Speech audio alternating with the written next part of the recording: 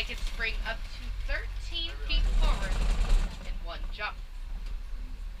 Looks like off to our left here we do get to see some mandrills, types of monkeys known to have very vibrant blue and red markings on their faces. The only mandrill I spot currently is kind of right on the other side of that green brush, up ahead to our left.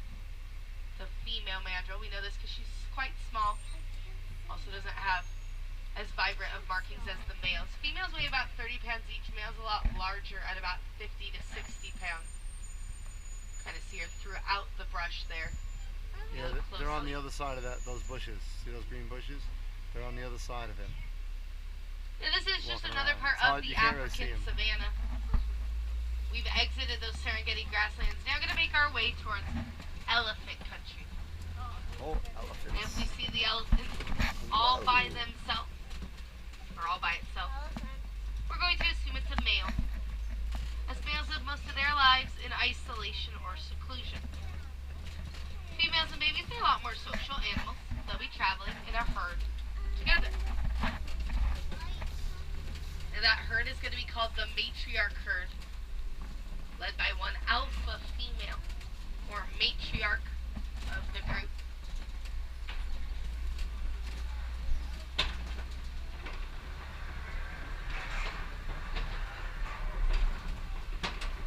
Now, a female elephant's pregnancy is about 22 months long.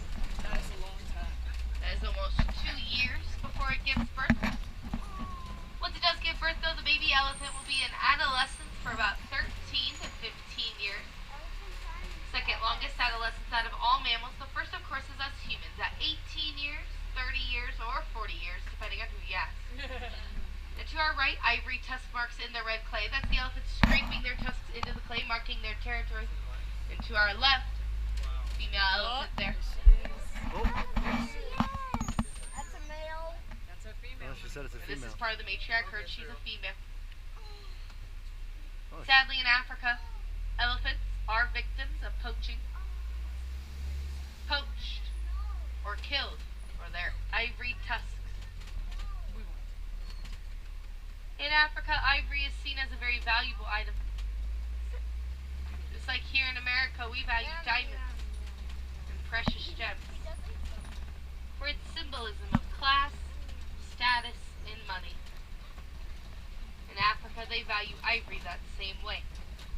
So these beautiful, peaceful animals are killed each day in Africa for this materialistic item to be illegally sold on the black market.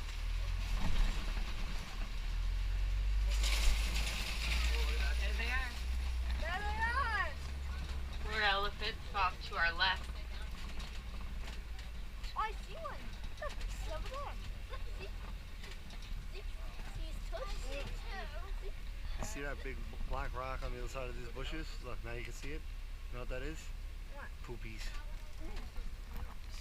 Now, along with poaching, they're also victims of habitat loss, and because of both these threats, elephants are endangered animals. Not yet extinct, but highly endangered. Could be extinct in the near future, and it's just really kind of interesting and sad to think that someday our ancestors, whether those be grandchildren, great-grandchildren, or maybe even great-great-grandchildren, won't get to see these elephants when they go on Kilimanjaro safari years from now, because they'll be extinct.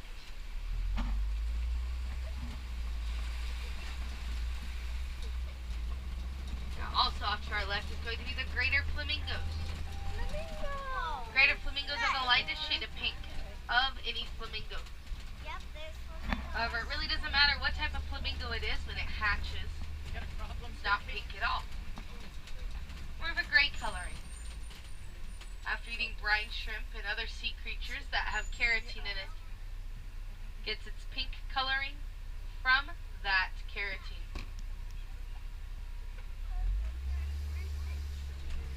Exiting elephant country, though, we're now making our way towards the east savanna. Now, this area is home to both predator and prey, along with a couple animals that don't really fit into either category.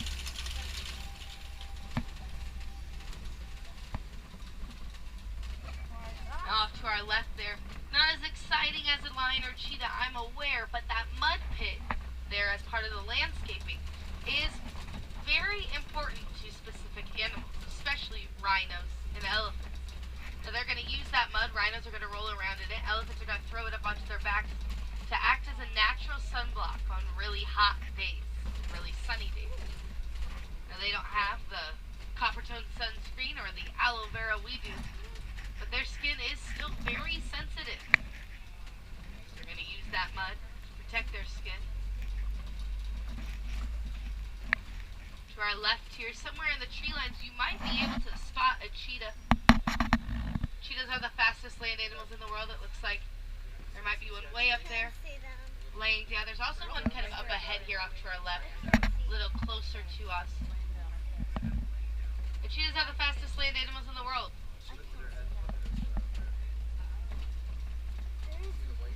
Way up there against the fence, laying down. About 60 to 85 miles per hour. There's one laying down right there. At night, two of them laying down. They'll be sleeping. They're one of the very few daytime predators in Africa. Many predators do their hunting at night, using that night vision to catch their prey off guard. Cheetahs don't have night vision though. They do their hunting in the daytime. And also many people believe them to be long distance runners. They're actually more of sprinters. They can only hold that 60 miles an hour for about 100 yards, or the length of a football field.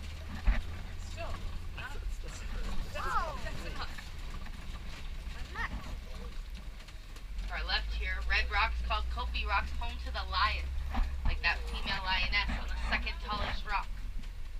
Oh, off to the look, right. see the second tallest rock, the tail hanging off? Now, this is very common behavior for lions as they do rest or sleep 16 to 20 hours a day. At night, though, they are a little more active. That's when the male lion stays back and protects the cubs and the territory. It's the female lionesses that go out and do most of the hunting. Looks like up ahead here off to our right, not only are we going to get to see ostriches, but as well, white rhino. The white rhino. The white rhino, just like elephants, sadly victims of poaching. Poached or killed for their horns, which are made of keratin. Keratin is the same materials and proteins our own fingernails and our own hair are made out of. Some cultures in Africa believe that it's keratin to have medicinal purposes. Oh, they're messing with them? However, just like biting your fingernails or plucking your hair has no medical value, neither does the keratin in their horns. They're senselessly killed animals. Oh. They're lying off to our left here. The male lion. You also get a better view of the female lioness laying down there on the second tallest rock.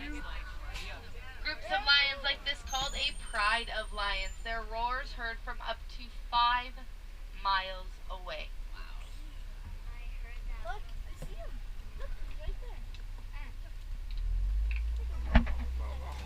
We're actually going to look around here and see the ostriches and those white rhinos again.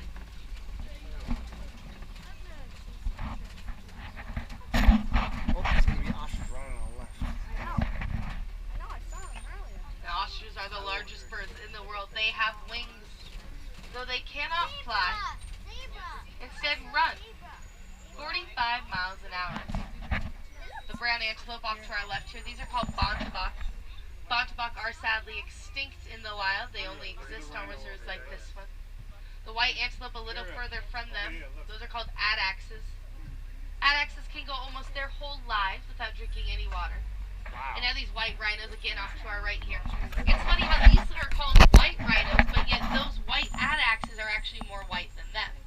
And that's because these are gray animals. Even though they were named the white rhino, that was only because when Westerners came to Africa and were colonializing, exploring, and discovering, they mistranslated the Afrikaans word vite. That's V-I-T-E, means wide, used to describe their wide mouths. Mistranslated that to white. So you have gray rhinos with wide mouths named the white rhinos, and though we know it's wrong, nobody's doing anything to change it. And last but certainly not least, these zebras off to both our left and our right here. Contrary to popular belief, zebras are not white animals with black stripes. It's the opposite. They're black animals with white stripes. You know this because of the coloring of their noses and the coloring of their tails. Noses and tails are black, therefore they are black animals. It's believed that the zebra's hind legs are so strong, one kick could break a lion's jaw. Wow. A However, if I was a zebra, really wouldn't want to test that theory. I'd get pretty close to the attacking lions that are trying to eat you to find out if your legs are really strong enough or not. So instead, their stripes actually act as a better defense. As zebras group together, their stripes blend in with one another. And predators like lions and cheetahs can't make out where one zebra ends and the other zebra begins. Instead, it thinks that group of zebras is one very large striped animal, so it's going to move on to an easier, smaller, and more vulnerable target. To our left, up there in the hill, 2 white antelope with brown necks. These are called the scimitar horned oryxes. The scimitar horned oryxes get their name from the Middle Eastern sword, the scimitar, which its horns resemble. Sadly, though, just like the bontebok, the oryxes are also extinct in the wild. Been declared extinct since about the 1980s. They only exist on reserves like this one, but because of local farmers and their breeding programs, along with other conservation efforts, they are beginning to rebuild their population. In fact, just this year, a couple of them were reintroduced into the wild. So, however, they're still declared extinct and classified as that. Their future looks bright. Now, all across Africa and even all across the world, there are conservation efforts going on to protect all kinds of animals. Whether those are the bontebok and oryxes that are sadly extinct, the rhinos and elephants, which are highly endangered because of poaching, or any animal. Within any conservation effort,